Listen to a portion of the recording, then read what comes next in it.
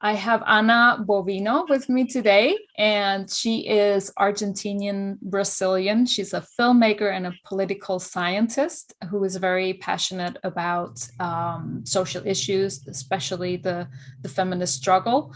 And she is currently in pre-production of her feature documentary film, which we are going to talk more about. It's called Las Mils.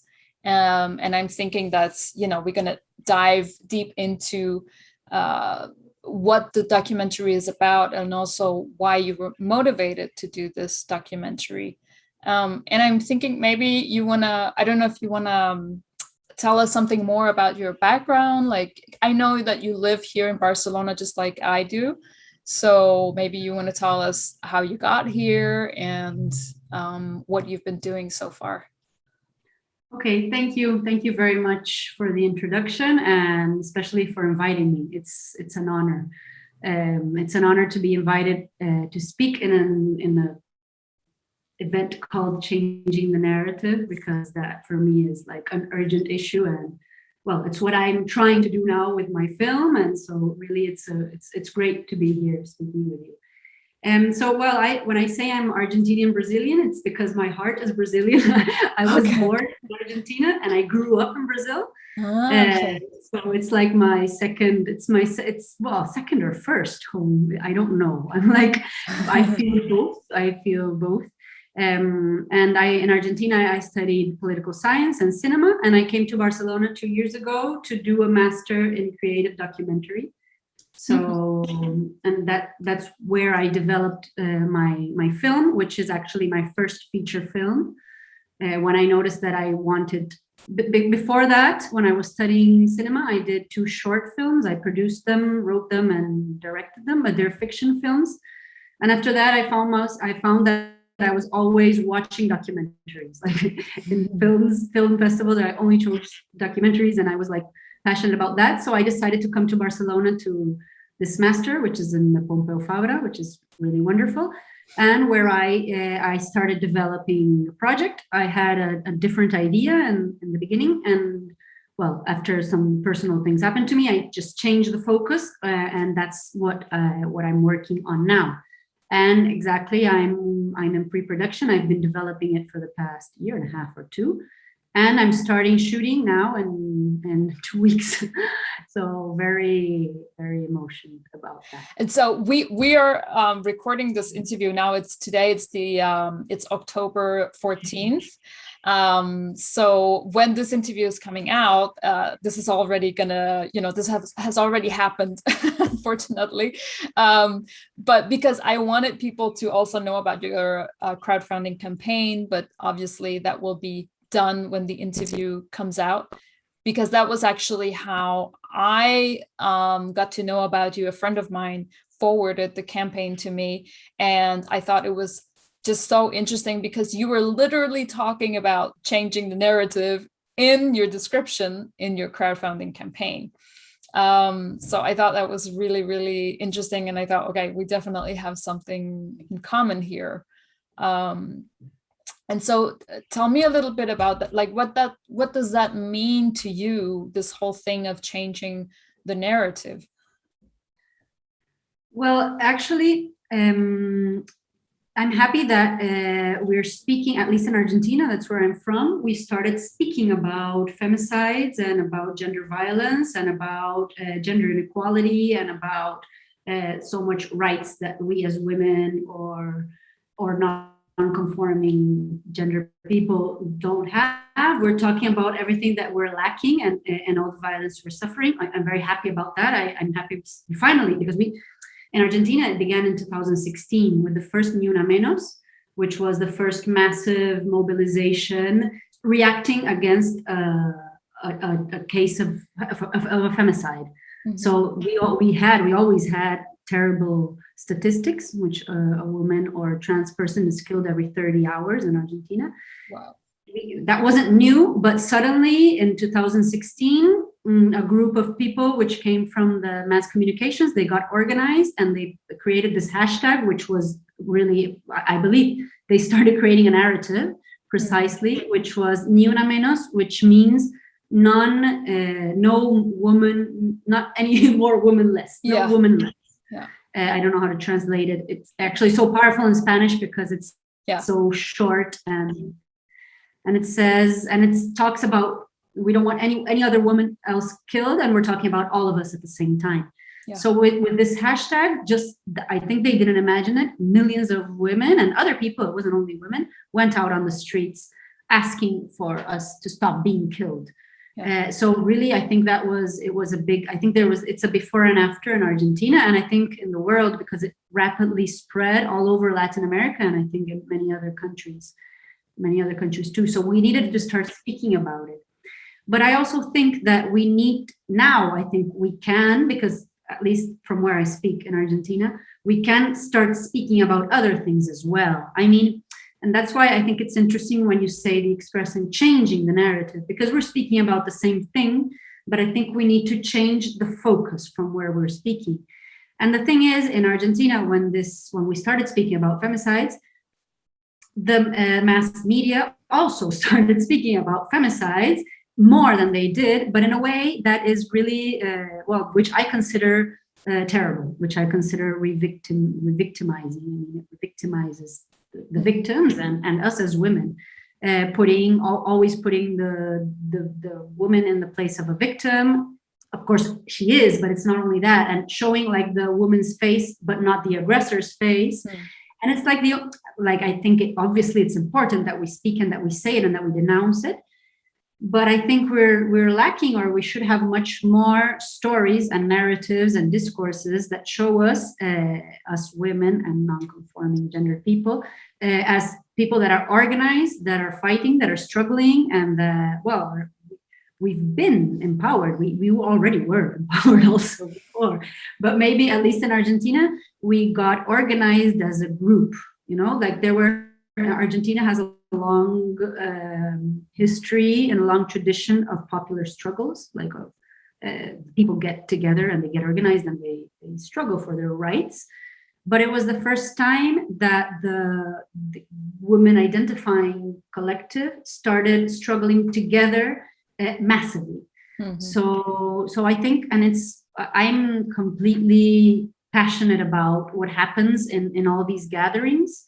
What happens when we are like a massive group of it's a whole body. It's as if it was only one huge body of a million people, many times majority of women or non-conforming gender people on the streets, like something. And we used lots of music and drums, and we sing songs and we dance and we perform the mobilization. We use glitter, we write things in our own bodies.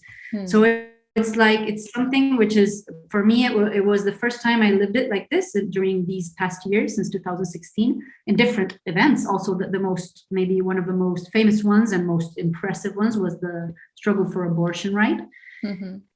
So for me, that's incredible. And also not only in the mass mobilizations, but also in the assemblies where these mobilizations are organized. So it's a group of such diverse people that are there fighting for the same. And what happens there, like discursively, like what people are saying and what they're thinking and what is created there, I think it's incredible. And I want those narratives to be, I want that to be the new narrative. I think we need to see more of that and less of us as victims. So I think I really got extended answering your question. No, that's great. I want you to talk. No, and you know what you're talking about now, it reminds me of one video that became very popular. And I have to say, every time I watch it, I get really emotional. I actually cry every time I see it. And it's the one that's, it's called Un violador en tu camino, o El violador eres tú. It's Spanish and it means a rapist in your path. No? It was performed by a Chilean feminist group, as far as I know. Do you remember? Exactly. It's not so many years ago. I think it was in 2019 or something.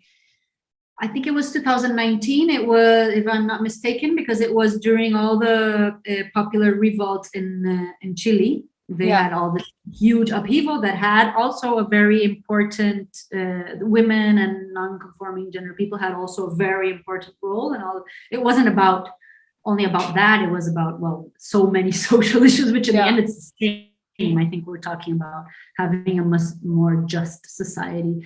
But the role that feminism played in those manifestations and in that revolt was very, very important. And exactly, they created that. It's a group of, they weren't very well known before that, but there were just a small group of performers. And I think what they do is they take slogans or discourses or narratives, actually, academic, and convert them into performance, into something that can be easily reproduced and performed. And understood, right? And understood, but because that's important too.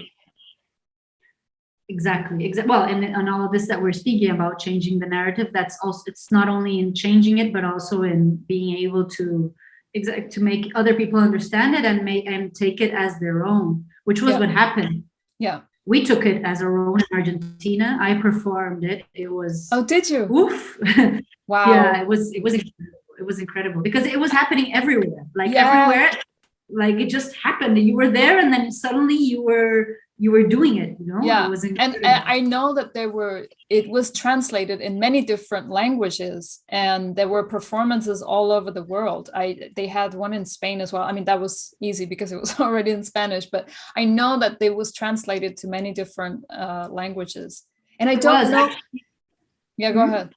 In Turkey, they performed it beside the Turkish parliament, which is actually not the most feminist friendly place. And it was, I think some, I'm not sure, but I think some people there were like, they were put in jail for a night. I don't know. There was a problem. It was really a problem, and they were performing it like many people in the parliament.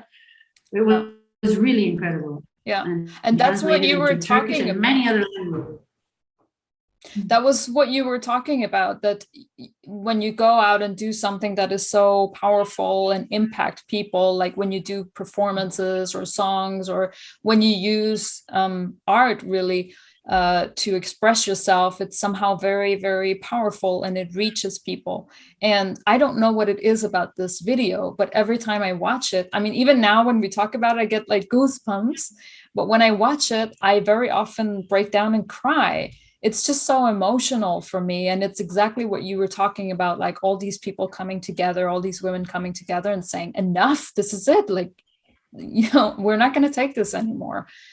And I think especially we as filmmakers have a really big responsibility also to tell stories that reflect how the world is today and what change we want. Right. And so I think it's really amazing when people like you, they go into documentary and they're very, very like determined to change a certain narrative and explain a story like the one that you're going to explain. And actually, I would love for you to go more into that, to your documentary, and maybe tell us, first of all, because I know something terrible happened to your sister. She's a survivor of femicide attempt in her dance studio, right? Yeah, exactly. Actually, the story was that it's her dance studio, which she directs and where she's a teacher also. There are many other teachers there, and they were there. Like my sister was working in Buenos Aires. In Buenos Aires, yes, in Buenos Aires. My sister, they were just back. They had just reopened, I think 2 weeks ago. So she was very happy they had reopened. And she was working in the reception, and there were some classes going on. And a boy, which is a student, just came in, and he some minutes before the class, but it's normal because it's a dance studio, which is a place where many dancers meet. And so normal, he just came in. And then suddenly he found this other dance teacher in the corridor. Well, he went to look for her. He didn't find her. He went for that. And he took out this huge knife, which is like a butcher's, huge butcher's knife, and started to try to kill her, and started to just knife her. I don't know how was the verb in English, just to stab her. Exactly.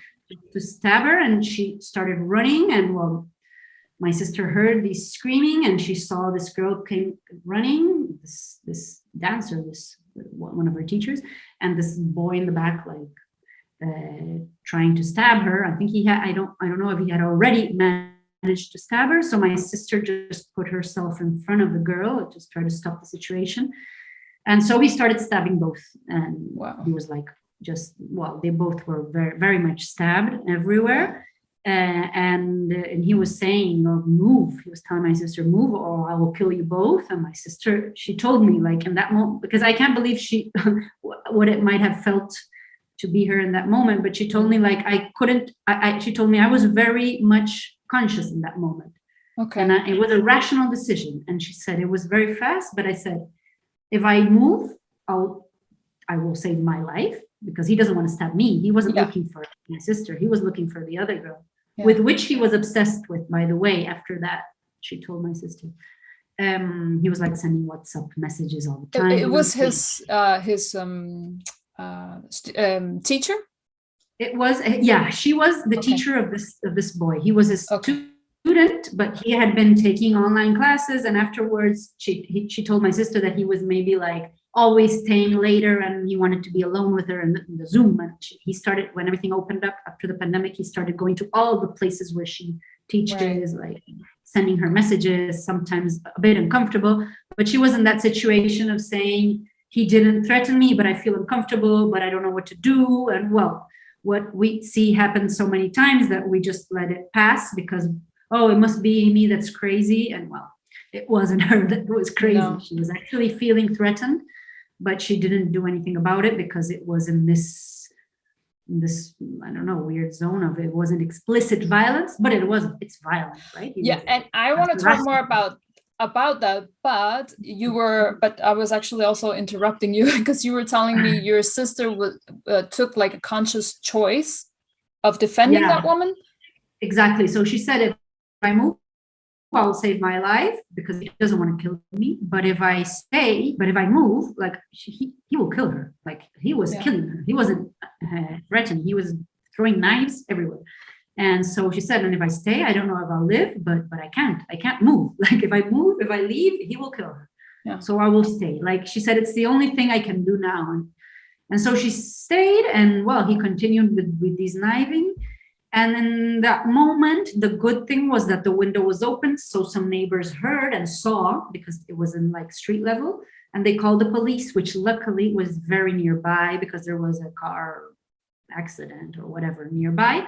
So they came quickly, because there was other people in the dance studio that were like trying to stop the situation, but he was saying like, leave or I'll kill them both. So no one managed to stop him. And then when the police came, they started negotiating the same, like, leave, put down the knife. He didn't, and he continued. And then, the police tried to shoot him, him, but also by mistake shot my sister also. So she was like, she had a gun. She was injured by the police as well. Oh, Jesus. Yeah. Jesus. So, well, then, but that's the moment when the situation stopped, and the ambulance came and took them both to the hospital urgently. Yeah. But apart from what for me was apart from this situation, which was terrible, I was already living in Barcelona. So I received a call from my mom, and she started telling me this, and she started telling me this, but in a way that I had never imagined this. I don't know, I imagined something else, much less terrible. Like, I imagined someone just got crazy and had a small knife, and it was by mistake. You never imagine this. And then, but I was like very worried, and she was saying, I don't know about Sophia. My sister's called Sophia. She's in the ambulance. I couldn't speak to her yet, but I got this news. I'm going to the hospital. So we didn't know anything yet. I didn't know if my sister was alive, dead, or whatever. And then suddenly we were all very dizzy with this. He just sent me the newspaper, and I went in the newspaper, which this had happened like an hour ago. I don't know. My sister hadn't even arrived in the hospital. And what I saw was a video, which was shot by the police. They have, as a protocol, they have like a GoPro on their... Yeah, like a body cam. exactly too, Yeah. because it's correct, you know, like for them to know what the languages were already in the mass media's hand, and they were already, it was like in the news. So what you see in these images, which I don't recommend anyone to see, I think we shouldn't see them, but well, I saw them. I had to stop because I couldn't continue, but it was the situation of a guy and all the blood and like my sister screaming, and then I heard the bullet and I heard my sister screaming, and it was like, so that's how I got to know what had happened to my sister.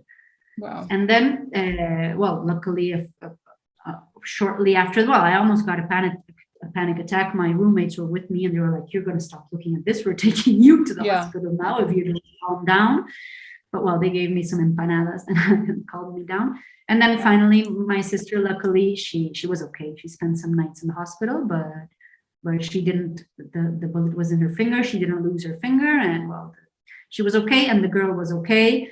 So they were out of risk. But in that night that she spent 2 nights in the hospital. During the first night, next morning she woke up and looked at her cell phone, and she had received 110 calls from the reporters. I don't know, from the news, from the press. Yeah. Press, exactly. Wow.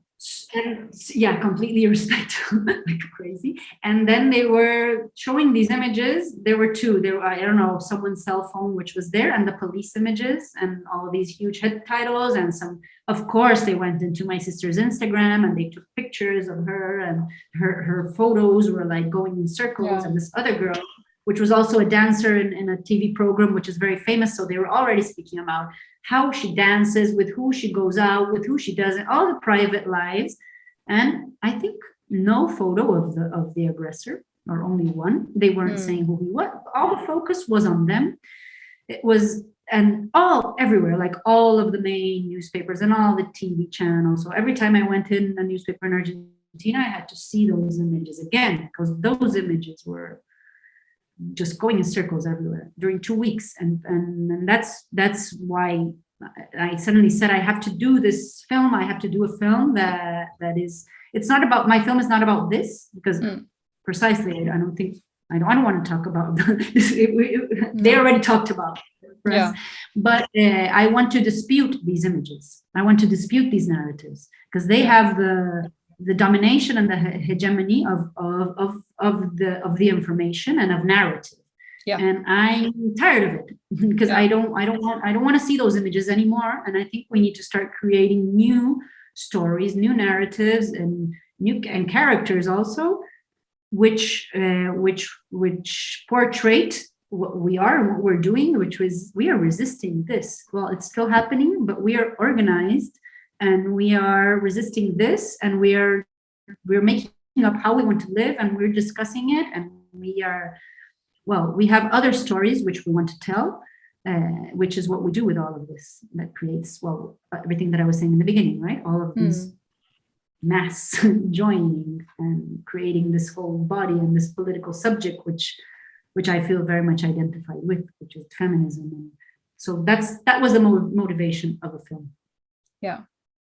Yeah, thank you for sharing it with us, because that definitely gives us some background and some understanding of your motive for doing the documentary. But I know it's obviously not something you really want to revisit. And like you explained, you've already been through it. And I think you're absolutely right. I mean, lately, I have to say, in the last couple of years, I had the same thought without having gone through something so traumatic like you and your sister. I have this feeling that, not just a feeling, it's actually what's happening, that the press is just getting more and more rough, and cares less and less about who they write about and who they expose and how they do it.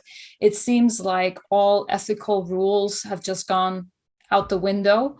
Nobody really worries about that anymore. And nobody really worries either about the truth, whether it is truthful or not, the fact checking.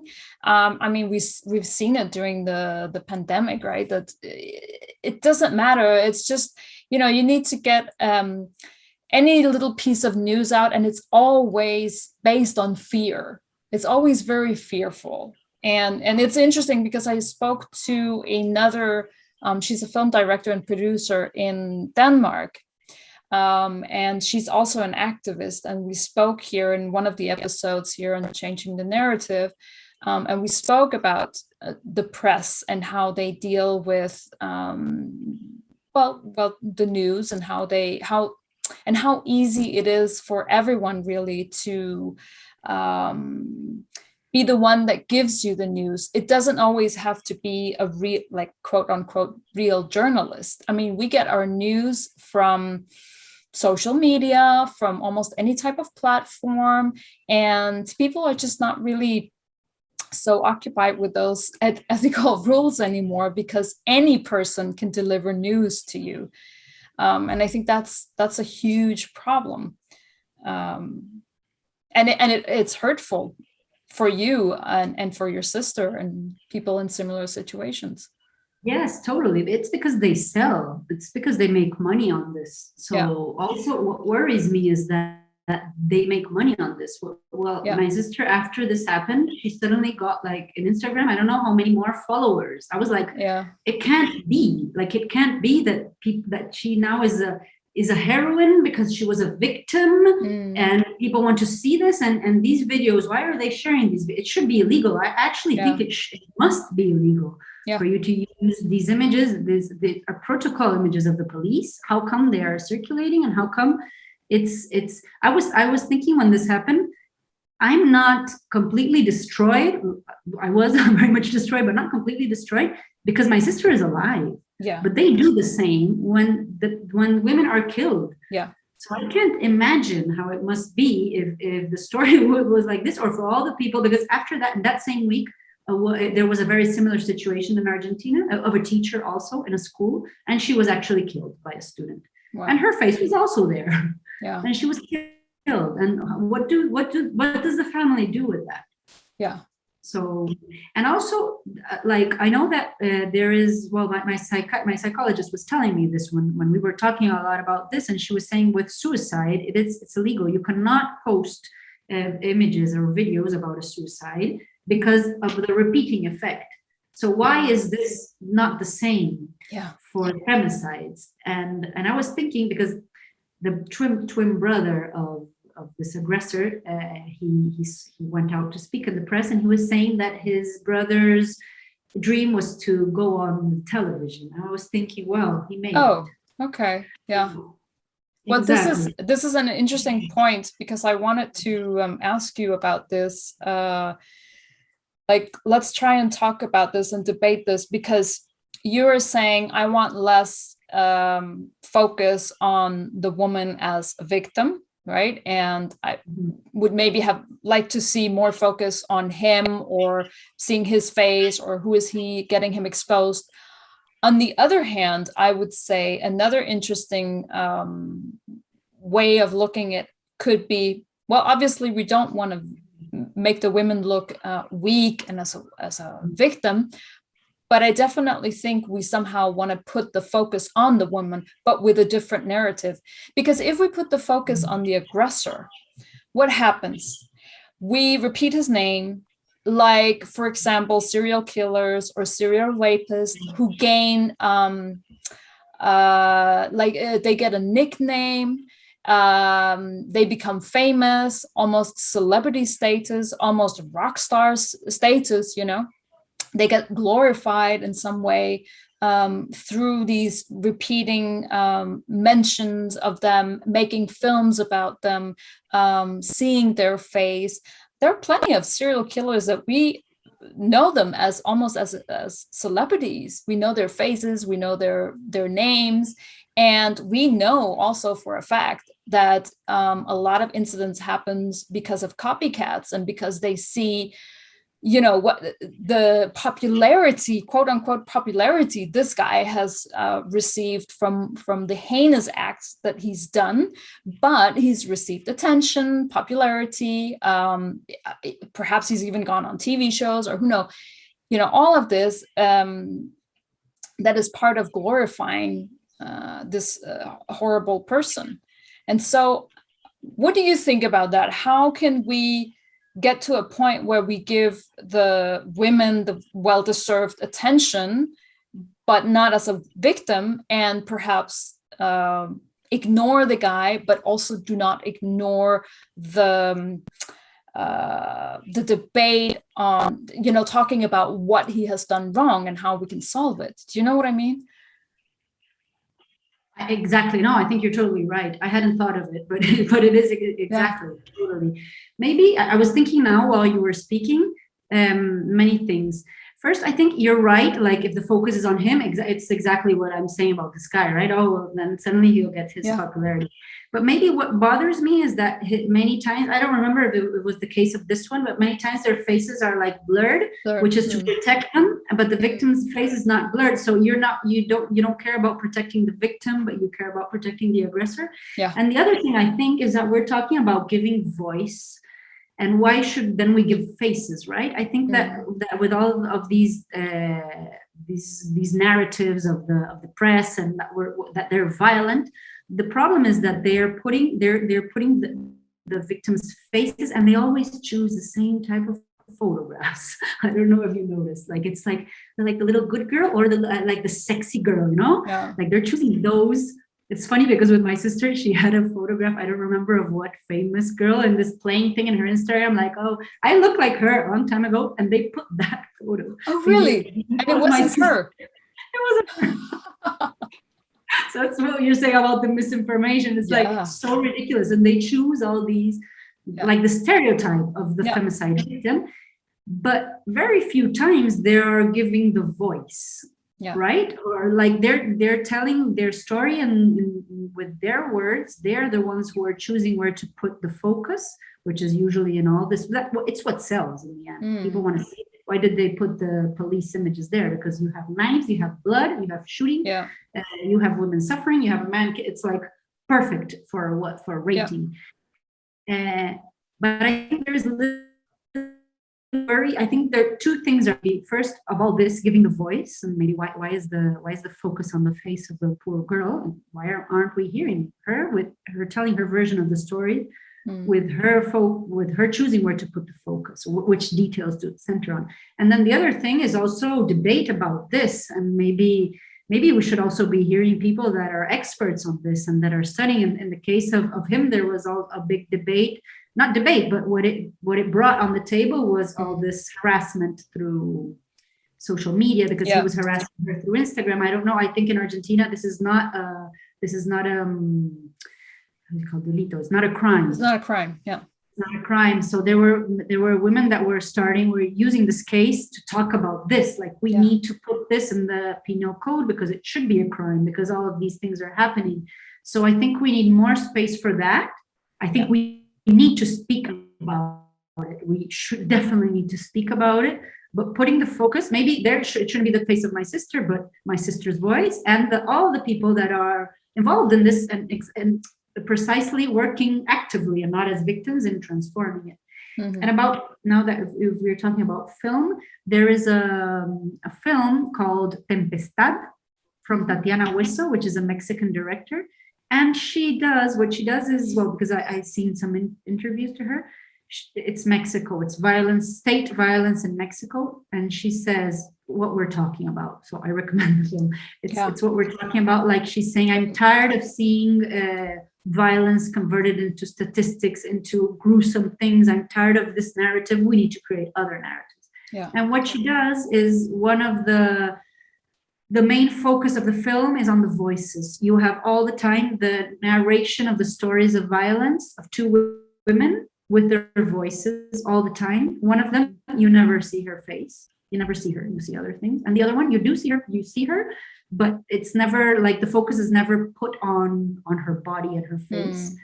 And they're telling their stories. It's very interesting because it's precisely the opposite of the press narrative, which is quick to the facts and with where it hurts, and they're speaking from telling their stories, which is I think what we need, which is super important. hearing those stories, and also seeing often that there is a human being behind. There's not just a sexy photo or whatever the press has decided to put out there, but there's actually a human being with feelings and emotions, and there's a family and friends behind who are also suffering greatly. Yeah, that's just very, very important. And I'd like to come back to what you were talking about when you were explaining the story about how this boy had been actually stalking his teacher. I think we're not very aware of some of the, I don't know if we should call them red flags, or some of those tell signs that often leads to something more serious. In some cases it doesn't, but in many cases it does actually. And I don't think that many people are informed about that, knows about it, know how to react. I think one of the most dangerous behaviors from men is when they stalk a woman, because that is very often the beginning of an obsession that will sometimes end up in a murder situation. And it shouldn't be taken lightly. And you know what, I've had friends who experienced this. I have male friends whose girlfriends or sisters or whatever experienced it. I experienced it when I was working in an office building, and I had a colleague there, a female colleague, and she would tell me how there was this one guy that would always wait for her outside, and he would follow her to the metro.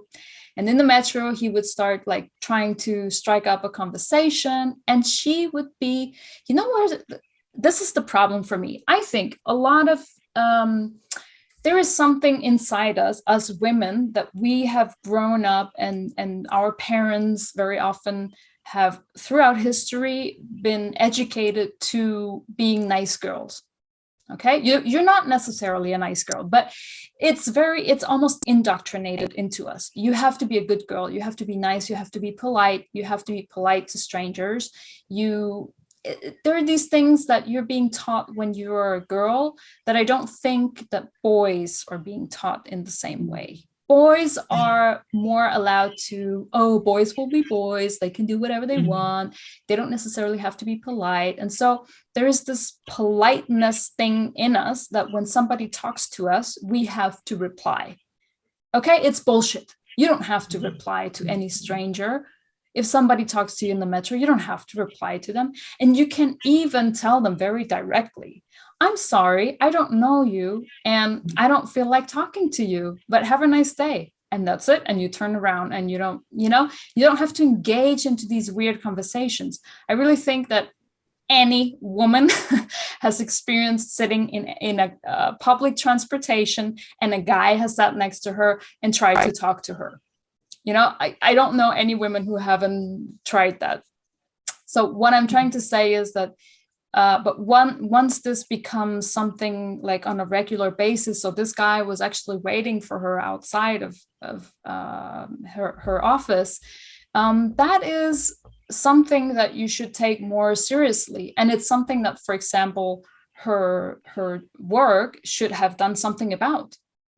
There has to be some sort of responsibility. If the man is standing outside of her door at work at that, I think actually he was even working in that building. Well, that has to be dealt with by the company. You can't just say, that's not my responsibility, it's happening, outside of office hours. No, I'm sorry, she's on her way home from the office, and he's standing on your ground waiting for her.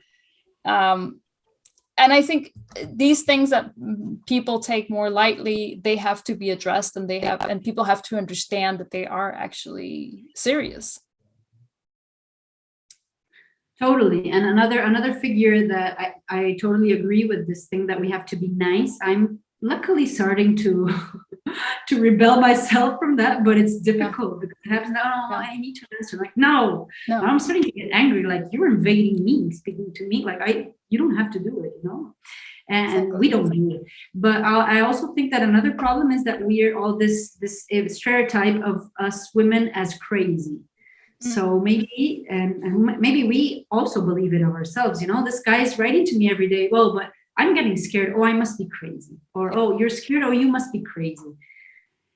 And then yes, and then something like this happens. So I think we definitely need to talk more about it, and to have, it's what you're saying, like more responsibilities and more, well, in Argentina, where it's something that's happening luckily a lot now, is in all the workplaces, or at least in the public.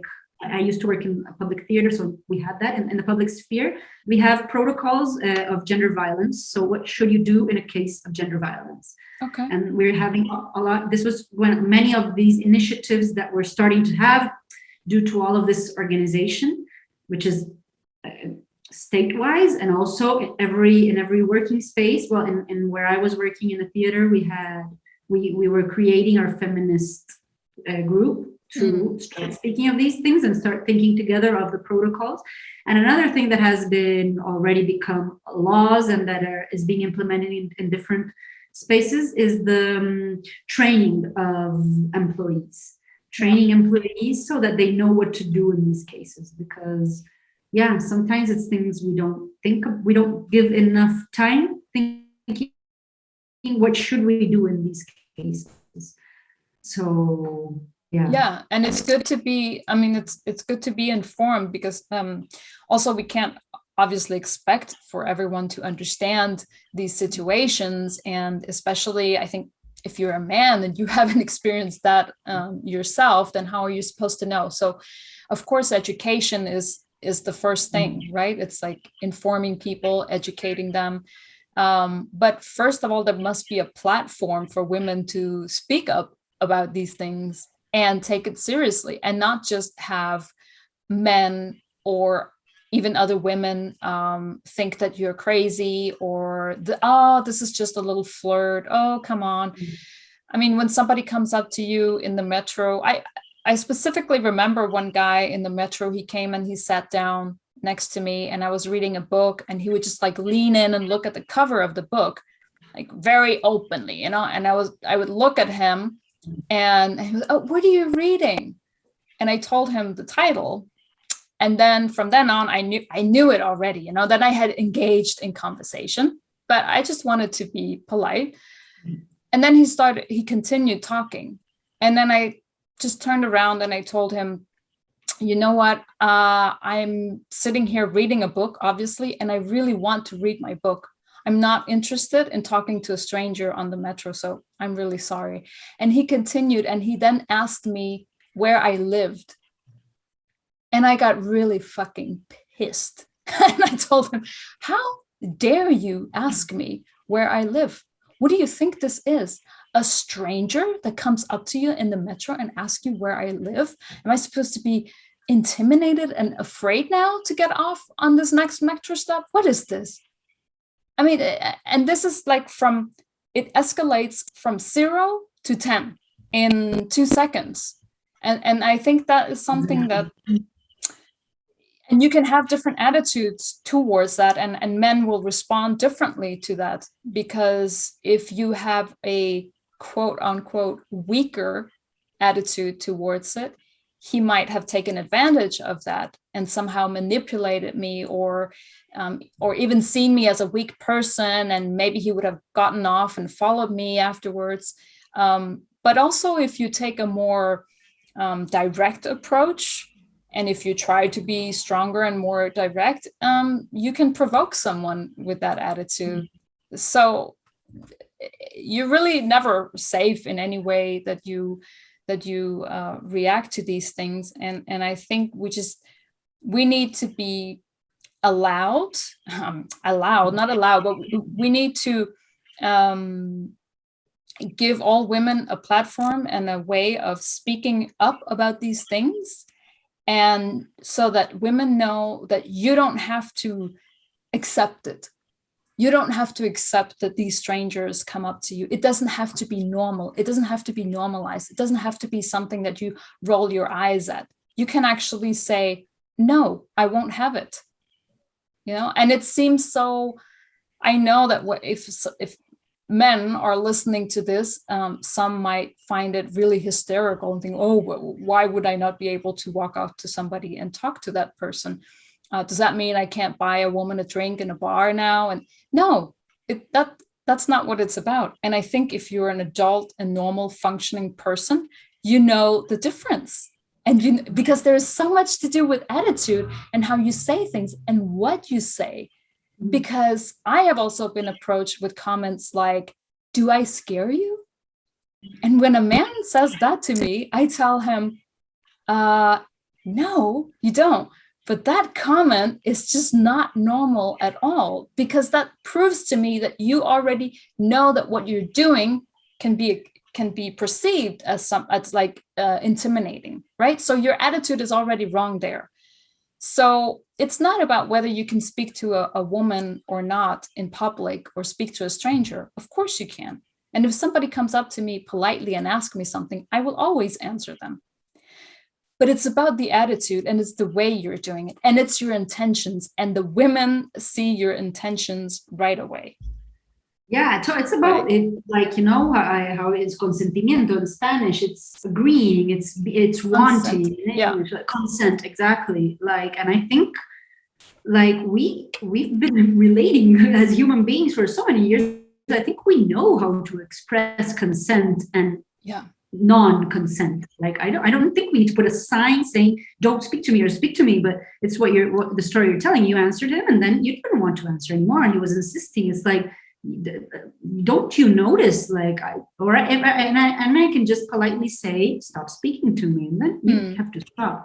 And actually with this girl, the teacher that was stabbed, when he was stabbing her, he was saying, because I told her something about me, which traumatic experience when I was young, and she laughed or she didn't answer. So, and supposedly that's why he was killing her, which is completely crazy. Like, and that's the thing. It's like he wanted her to answer him, so he was giving all these steps, and he was like opening an intimacy that she didn't want, and she's in her whole right not to want. Yeah. And when she put a stop, he got angry and he decided to kill her. And I think the problem also is that, and here why I think it's structural, and it's that I mean a structured patriarchal attitude. I don't mean all men, of course, no. But that there is an ownership feeling, like I own this body and I own this, and she's not allowed to say no. Yeah. So I think this is the serious thing that's behind all this, and that's why I don't know. I think we need like very deep policies in order to change this. I think we are so far, unfortunately. Like sometimes I feel like, yes, we're doing it, but sometimes I feel we have such a long way to go, because I think there's so many things that we need to rethink. But coming back to the change in the narrative, I think one of the ways to which I believe in, and which is the way I can do things, because I chose cinema, and it's what I know doing, is precisely constructing narratives and images and new concepts. We need to reconceptualize everything. We need to change so many things. And I think that building these new images and these new narratives is a way of changing this. Because in the end, there's like a problem of concept. I think there is. And I think putting women in victims, we are still put in this victims in order for a newspaper to sell more. We're still in the place of objects. Yeah, we're still in the place of this body is my object, so I can sell this body as my object, so I can rape this body as my object because I want it, and this body is an object, so they can sell more newspapers. And so I think we need to start changing this. And I hope we can at least put a little grain of sand through narrative, through words and through images. And also, I think women are also still being blamed often for either femicide or rape or any kind of gender violence. And also often the solution is being put on prohibiting women from doing things. I'm reminded of in the 70s when in England there was a certain curfew for women because there was a serial killer And so let's not mention his name because we're not going to glorify him. But there was a serial killer in the 70s in England, and he was killing women in the streets and often at night. So the solution was to put a curfew on women, telling them to stay home at night. And women would lose their jobs over it because I specifically remember reading about a woman that had some sort of like night classes where she would teach women. And because the women were told not to go out at night, they wouldn't come to the classes and she would lose her job. So, and here's the thing, why are women not allowed to go on the streets? I mean, it's not the women that's the problem. Why couldn't we put a curfew on the men? Because if there's a man walking around alone, then we know it's him, then we know he's the killer. So why don't we tell the men to stay at home?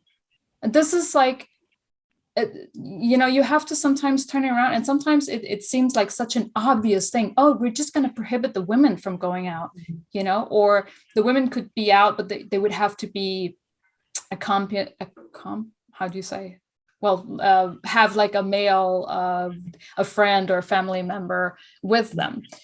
But when you could just as well do the opposite. And I just read the other day, I mean, it's just so crazy.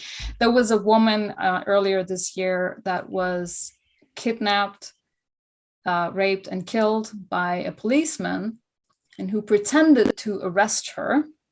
Okay, so this was his way of getting her into his car and kidnapping her. And the police of England would afterwards go out and recommend women to, well, first of all, there was one police officer who would go out and say, well, women need to learn to be street smart. And it would also be good for them to learn a little bit more about how the justice system works, because, you know, a police officer can't just go out and arrest you. Are you serious? You just kidnapped, raped, and killed a woman, and it's her fault because she's not street smart? Because she didn't know that she couldn't go into the police officer's car? Are you kidding me? And then the police of London, they told that, you know, when a woman feels like maybe this police officer is not the real deal, then they should just quickly try to get away and flag or wave a bus down. Okay, have you ever tried to do that in a big city? Wave at a bus and get it to stop? It's absolutely ridiculous. So again, it's like this thing of putting the blame or the solution on the woman. The woman should do this, the woman should do that, or the woman shouldn't wear provocative dresses, or the woman should not walk out at night at 3 o'clock alone, or the woman should learn self-defense. You know, there was in Denmark, there was another incident also of a politician who, you know, like a Me Too case of sexual harassment, and the women were told, you know, why don't you just learn how to defend yourself? You should learn how to defend yourself. This guy, this politician, is actually, when he was younger, a champion in karate. And he's like 100-kilo guy, like, I don't know, 190 centimeter high, really tall, big guy. And the women were told, just go and learn self-defense. I mean, I'm sorry. That's ridiculous. It's crazy. And like, why do we have states? If not, that should be the answer for everything. So like, let's take out the state. Let's just have, okay, maybe we can say that. But while we're having this system, which has a state that regulates human behavior and human behavior in society, well, then that's the responsibility of the state, of course. Yeah. It's crazy. Yeah. Which is not the answer that they give to other things. But when it deals with us, yes, of course. Exactly. Well, I think that's very interesting what you said. I didn't know about that they do this, educating people in companies. I think that's very interesting. Yeah, in Argentina, it's a recent law. It's now in the states, like in the state built places, you know, in the like governmental ministers and ministries and whatever, it's obligatory for them to have these formations, like these trainings, so that all employees, men, women, everyone, like know the protocols and know about. It's not only protocol; it's also training in gender issues, many gender issues, because it's like so many things that we need to continue. Like there was an example that happened where I worked, that a trans person went into a trans woman went into the women's bathroom, and the security guy, a guy, went inside the bathroom, so he could go inside the bathroom. She couldn't, and to take her, ridiculous, to take her out, and she was like inside like the box, and she was like, well, can you, sorry, like I'm using the bathroom, I'm using the toilet. Like it's very violent. And he was like, no, you can't go in because this is for women and you're a man. And I don't remember. Yes. So, and it's terrible. And that is also something that we have to think about. And I think it's more than only knowing like some laws and rules and what you should do with some. I think we need to think, all of us, think about many more things. And and these trainings include this. It's like gender issues in state places. Wow. It's very interesting. I think that's definitely the way forward. It's to create more information and awareness around these things for everyone, because I always say, like, all these feminist issues, it's not like women wants to fight this battle against men. It's actually, we want to open up a debate and a platform for all of us to talk and find a solution together, because we're here in this world together and we'd like to live here, all of us together.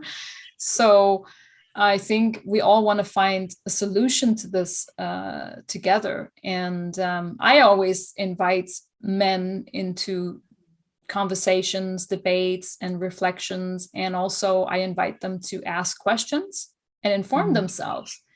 And I'm doing this series right now only with women, because I wanted to give a voice to them, women. But I've actually thought that it could also be interesting to do some videos with men, perhaps, to see things from their perspective, but because I want to open up the debate, right? And I want us to talk about things together, and I want men to realize certain things by listening to us. And also I want to hear from their side as well, because this is also interesting, because I spoke to a good friend of mine who's also a film director, who does actually documentaries as well. She was here on Changing the Narrative, and her name is Cello. And she did a film about the whole spectrum of sexual violence. So everything from like sexual harassment to sex trafficking with women and sexual torture. Very, very interesting documentary that's called Sand of Silence. And we were actually talking about how you want to solve this problem, because there is a pandemic of sexual violence at the moment in our world, and we want to solve the problem. Okay, so solving the problem doesn't seem like just sending people to prisons, because the prisons are full of them and you send one in and 10 more come. It's like, it's never ending.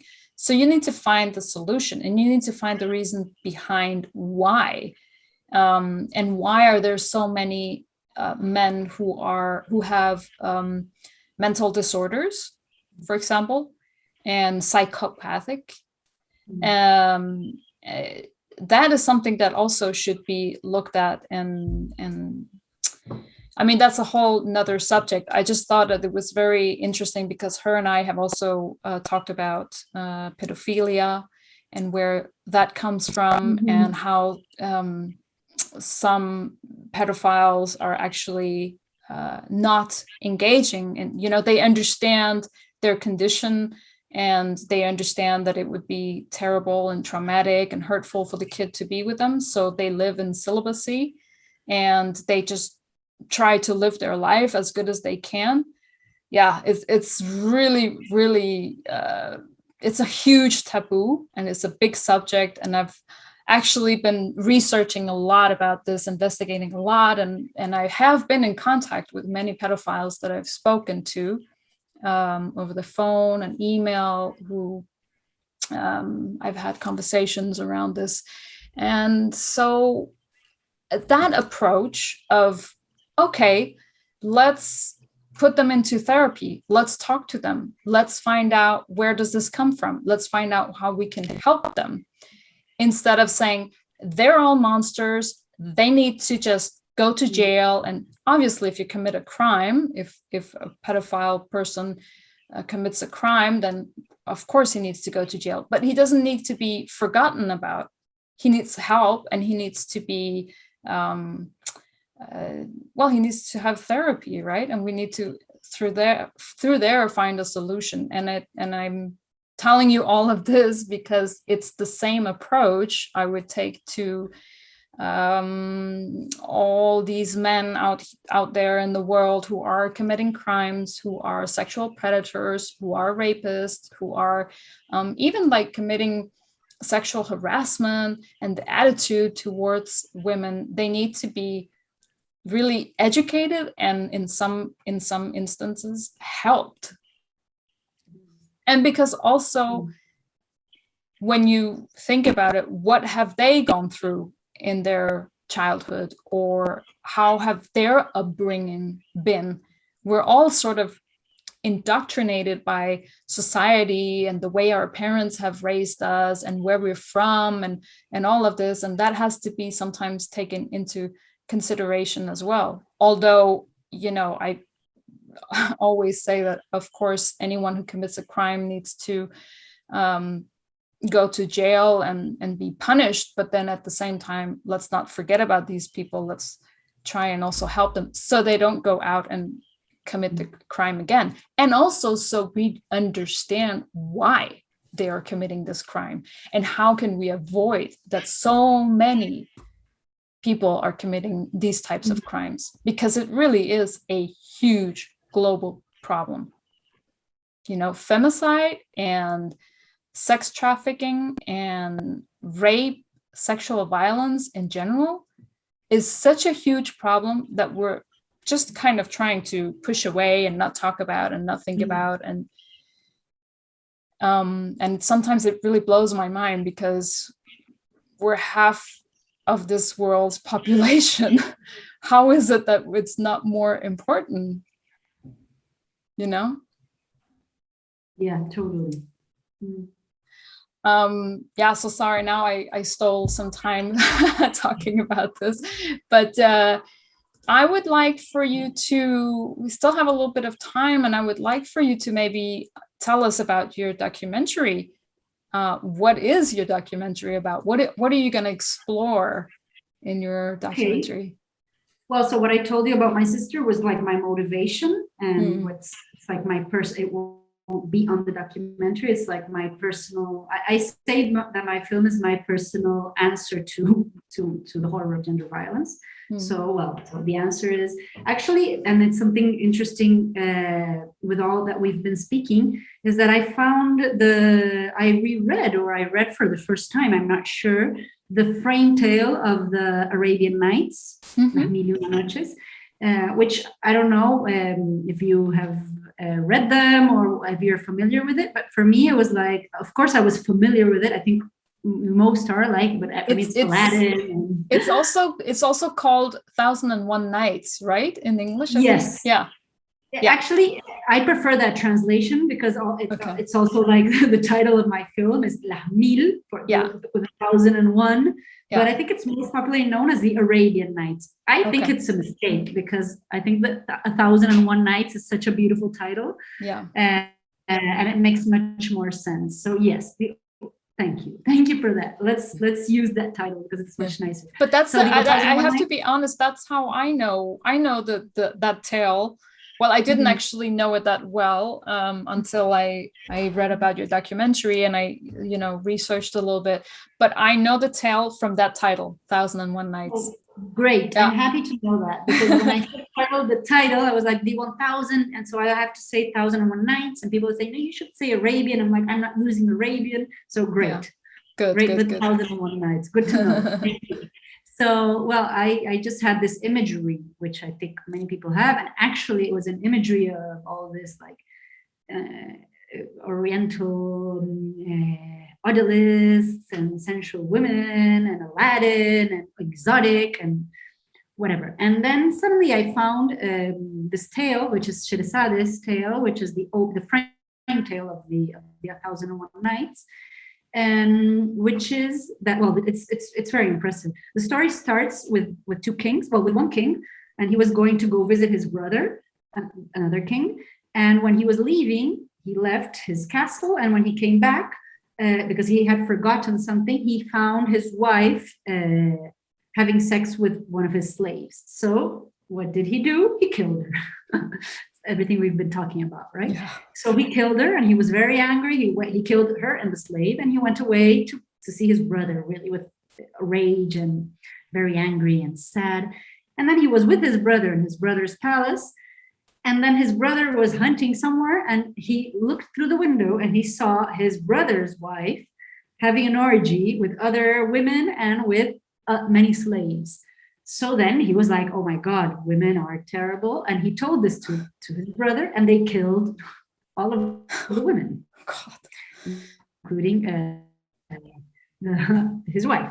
And then, so then the second king, this where we are, when this king went to visit him, he decided, because he was so angry with women and so hurt and we had been, so he was very angry. So he decided, apart from killing her, he started killing one girl every night. Actually, he raped her. He got one of his ministers to bring him a virgin girl every night, and he raped her and then killed her the next morning. And he started doing this every night with almost all of the girls from the town. And then Shehzade was the daughter of this minister that had in charge taking her and the girls. And when she heard about this, she said she asked her father to take her to the king. And her father was like, no, I'm not doing this. He's gonna kill you. She said, no, you have to do this, because this is the way I'm gonna free the whole women of my town. So I found it very beautiful. And the way the strategy she had was to tell him a story every night and interrupt it in the climax, so that he would keep her alive just to keep listening the next night. And that's the 1001 Nights. It's all of the nights that she managed keeping herself alive. Yeah. But actually, because some people know the story and tell me, no, she did that to survive. Yes and no. She decided to marry him because she had a strategy to save the rest. Yeah. So I found it such a powerful gesture, such a powerful narrative, because she decided it because she had a strategy, and her strategy was telling stories.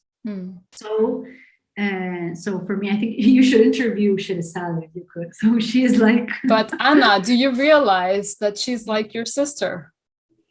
I thought of that when I saw it. I was very emotional because I was already reading this, and I already wanted to do something with it. But the film was completely different. I wanted to go to Turkey. Things were different.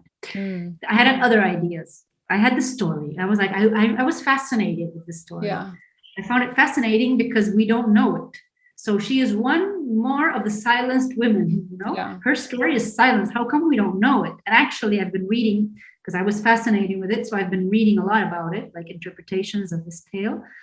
And one interpretation, many people say that actually, when the French, during the French invasion of the Middle East, they had all these. They went in with the army, but also with people from culture, writers, and they would write all these tales of their trips, which would create the image of the East, right? So creating the image, creating the narrative of a barbaric East and weak and whatever that would justify the invasion. So in these translations of the East that they made, which the 1001 Nights is just one of them, but they also did it in painting. All of the paintings, all of the images of women in the East that Europe did is all these sensual women. And so when he translated the figure of Sherazade, she was a sex entertainer of the king. Okay. She was not a political strategist. Yeah. And actually, if I started looking at all of the representations that were done of her, and well, that's why I started saying my imagery is all of these odalisque and sensual women, and that imagery, which is false. Yeah. And so Sherazade, I think of Sherazade, and she didn't survive. She survived the 1001 Nights, but she didn't survive the translations, the European male translations, because she was completely mutilated, literally.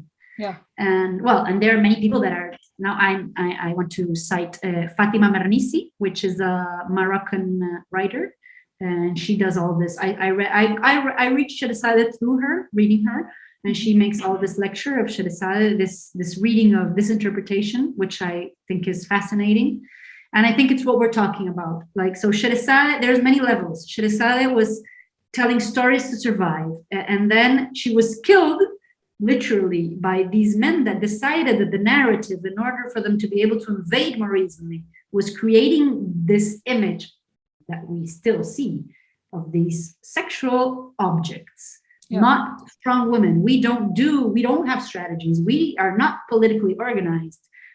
We are always like objects, passive. Mm-hmm.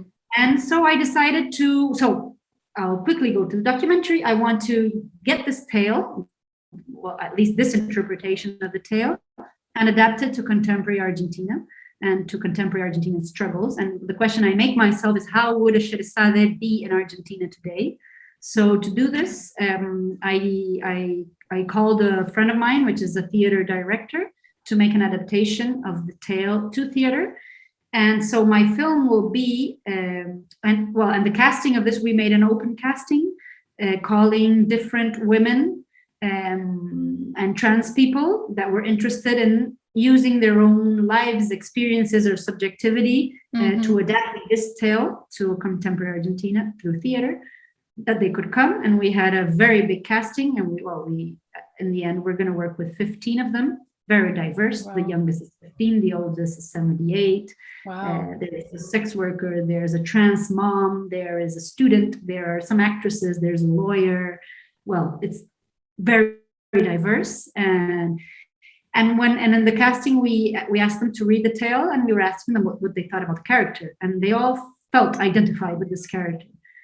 I think what for me, why I selected all of them is that they're all fighters, they're all activists, they're all strugglers, let's say, even though they don't explicitly